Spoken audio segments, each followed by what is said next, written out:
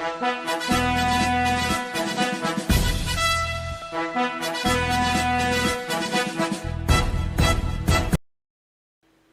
TV ప్రేక్షకులకు నమస్కారం. ఈ రోజున ప్రతి ఒక్కరు కూడా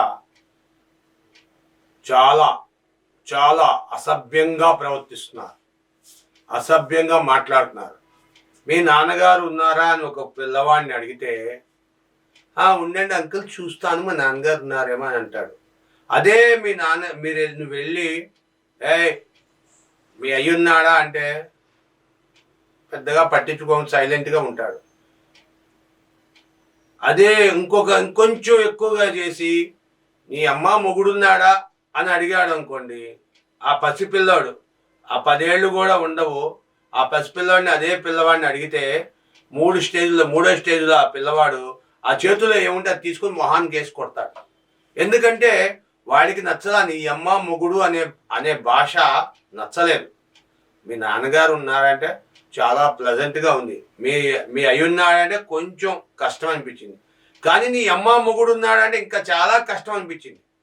ఆయనకి చేతిలో ఎదుంటే తీసుకుని సామాన్యంగా పసిపిల్లాడు ఎవరిని మీద చేయి చేసుకోని వ్యక్తికి కూడా, కోపం రాని వ్యక్తికి కూడా కోపం తెచ్చే పరిస్థితులు తీసుకొచ్చారు. కాదంటారా?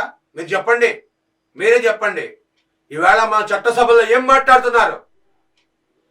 వాడు వీడు, మీడియాలో కూడా వాడు వీడు. చంద్రబాబు నీ పని అయిపోయింది రే అని ఒకడు, అరే జగన్ రెడ్డి అని ఒకడు, మోడీ ఇది సభ్యత కాదు, సంస్కారం కాదు, మనం చదువుకున్న చదువులకి ఇది కాదు. మన పిల్లలు కూడా ఇదే జరుగుతుంది. పసి వయసులోనే వీళ్ళు 10th క్లాస్ అయిపోక ముందే వీళ్ళు సిగరెట్లు కాలుస్తున్నారు, సిగరెట్లకు అలవాటు పడ్డారు, మందుకు అలవాటు పడ్డారు. కాబట్టి ప్రతి ఒక్కరు కూడా సంస్కారాన్ని పెంచండి. నమస్కారానికి నమస్కారం, సంస్కారం అన్నారు. మన తాతలు, తండ్రులు, పెద్దలు ఎంతో గౌరవించేవారు ఒకరినొకరు. బాబు ఇట్రా అమ్మ, ఏం చదువుకుంటున్నావు, ఏం చేస్తున్నావు అంత వినయంగా అడిగేవారు పెద్దలు కూడా. సార్ నేను 6th క్లాస్ చదువుతున్నాను సార్, నేను ఇంటర్ చదువుతున్నాను సార్, నేను డిగ్రీ చదివానండి, నేను జాబ్ కోసం ట్రై చేస్తున్నానండి, అంత వినయంగా మాట్లాడేవారు. కానీ నేను 6th class, 5th class, 4th చదువుతున్నా, ఎన్నో క్లాస్ బాబు అంటే రారా ఎన్నో క్లాస్ నువ్వు? 5th class. ఎన్నో క్లాస్ నువ్వు?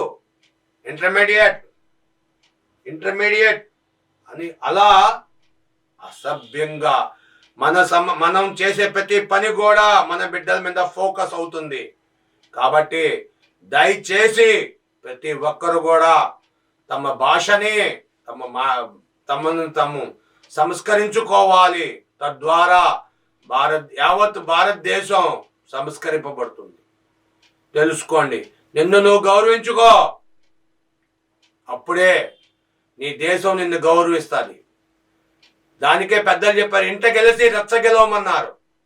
ఇంట్లో ఈగల మోత, బయట పల్లకీల మోత, ఇది జరగదు, సాగదు.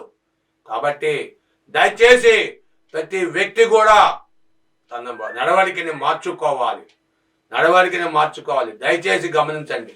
సబ్స్క్రైబ్ చేయకుండా ప్రతి ఒక్కరు స్కిప్ చేయొద్దు. దయచేసి సబ్స్క్రైబ్ చేయండి, ఆ బెల్ ఐకాన్ నొక్కండి. మేము మరిన్ని వీడియోలు మీకోసం చేయగలుగుతాం. Thank you.